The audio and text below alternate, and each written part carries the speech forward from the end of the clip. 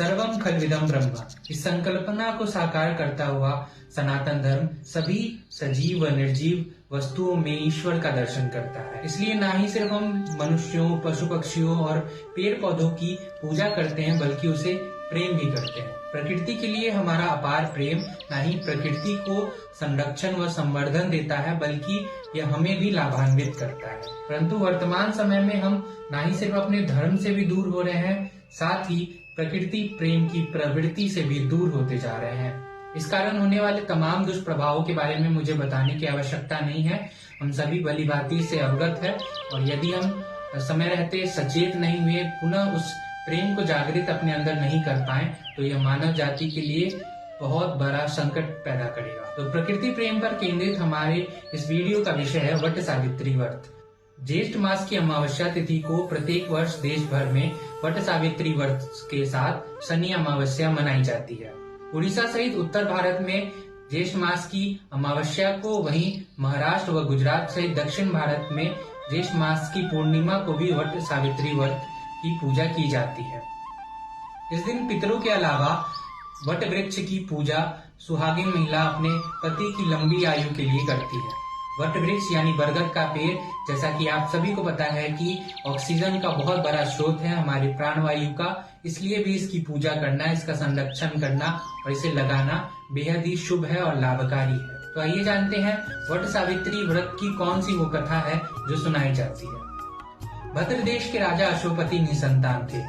कई प्रयासों के बाद भी उन्हें कोई संतान की उत्पत्ति नहीं हुई। इसके बाद उन्होंने 18 वर्ष तक एक अनुष्ठान किया, जिसके बाद देवी सावित्री प्रकट हुई और उन्हें एक सुकन्या होने का आशीर्वाद दिया। राजा अशोकपति की कन्या सावित्री अब विवाह के योग्य हो गई, मगर कोई भी सुयोग्य वर न मिलने के कारण राजा चिंतित रहने लगे। इसके बाद उन्होंने सावित्री को यह छूट दी कि वे स्वयं अपने लिए एक अच्छे वर की खोज करें। अपने मन चाहे वर की प्राप्ति के लिए सावित्री कई नगर व गांवों में गई। इसके बाद उसे एक तपोवन में एक रूपवान व गुणवान व्यक्ति दिखा। वे अपने अंधे माता पिता के साथ एक कुटिया में रहता। सावित्री ने अपने नगर में आकर यह बात अपने पिता को बताई। तभी देव ऋषि नारद वहां उनके पिता से चर्चा करने के लिए पहले से बैठे हुए थे। देव ऋषि नारद ने अपनी दिव्य दृष्टि से सावित्री के द्वारा बताए उस युवक के बारे में सब कुछ जान लिया। नारद मुनि ने राजा अशोकपति से कहा कि हे राजन, आपकी पुत्री सावित्री ने जिस युवक को मन ही मन अपना पति मान लिया है, उसका नाम सत्यवान है। वे साल्व देश के राजा द्युमत्सेन के पुत्र है, धर्मवान व गुणवान भी है, मगर उनकी आयु बहुत ही कम दिन शेष रह गई है। वे केवल 1 वर्ष ही जीवित रहेंगे। अतः आप अपनी पुत्री का विवाह उनसे ना करें, तभी सही होगा।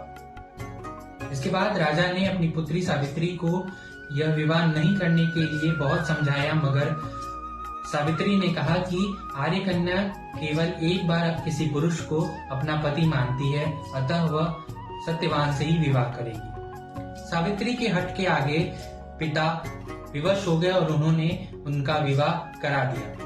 दोनों तपोवन में एक साथ रहने लगे, मगर जैसे जैसे दिन ढलने लगे सावित्री को देव ऋषि नारद की बात सताने लगी। मृत्यु के दिन से 3 दिन पूर्व सावित्री ने पूजा पाठ और व्रत उपवास शुरू कर दिया।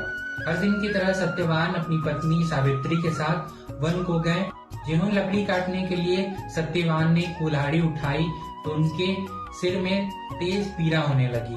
उसके बाद सावित्री ने अपने पति के सिर को गोद में रख के सहलाने लगी, तभी वह अचेत हो गए। इसके बाद श्याम वर्ण में एक भयंकर पुरुष उसे सामने से आता दिखा। सावित्री ने प्रणाम कर पूछा कि आप कौन हैं? उत्तर में उन्होंने बताया कि मैं यमदेव हूँ, मैं तुम्हारे पति सत्यवान का प्राण हरण करने आया हूँ। सावित्री ने प्रश्न किया कि भगवान, यूं तो साधारणतः आपके यमदूत लोगों के प्राण लेने आते हैं, मगर आप स्वयं क्यों आए हैं? यमराज ने उत्तर दिया कि सत्यवान, तुम्हारा पति बहुत ही सदाचारी और धर्म परायण है, इसलिए मुझे स्वयं आना पड़ा। अतः अब इनका समय जाने का हो गया, इसलिए मैं इनके प्राण हरने आया। उसके बाद यमराज सत्यवान के प्राण लेकर यमलोक की ओर जाने लगे, मगर उनके पीछे पीछे सावित्री भी चलने लगी। अपने पीछे सावित्री को आता देख यमराज ने कहा कि पुत्री, तुम मेरे पीछे पीछे कृपया कर न आओ, मैं केवल सत्यवान के प्राण लेने आया हूँ। सावित्री ने कहा कि प्रभु आप मुझे कुछ वरदान दे जिससे मैं आपका पीछा ना करूं।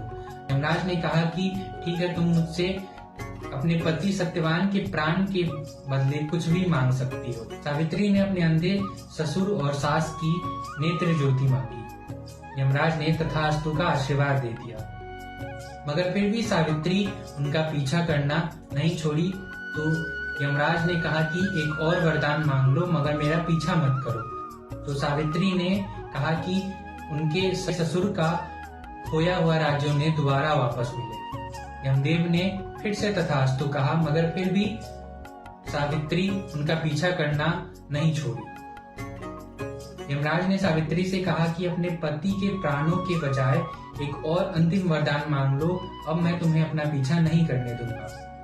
इस पर सावित्री ने सौभाग्यवान होने के साथ अपने पति सत्यवान से 100 पुत्र होने का वरदान मांगा। यमराज ने फिर से तथास्तु कहकर सावित्री को यह वरदान दे दिया। अब सावित्री फिर से उनका पीछा करने लगी।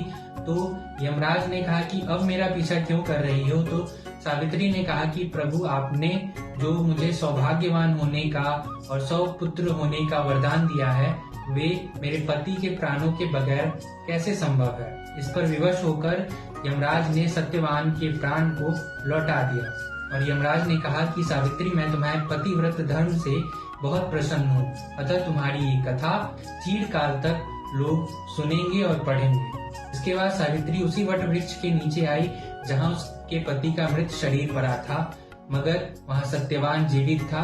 वे दोनों साथ अपने राज्य लौटकर प्रसन्नता से रहे। इसी घटना के बाद से सावित्री और सत्यवान की कथा सुनाई जाती है और अपने पति की लंबी आयु के लिए महिलाएं व्रत करती है, उपवास करती है और वट वृक्ष की पूजा अर्चना करती है।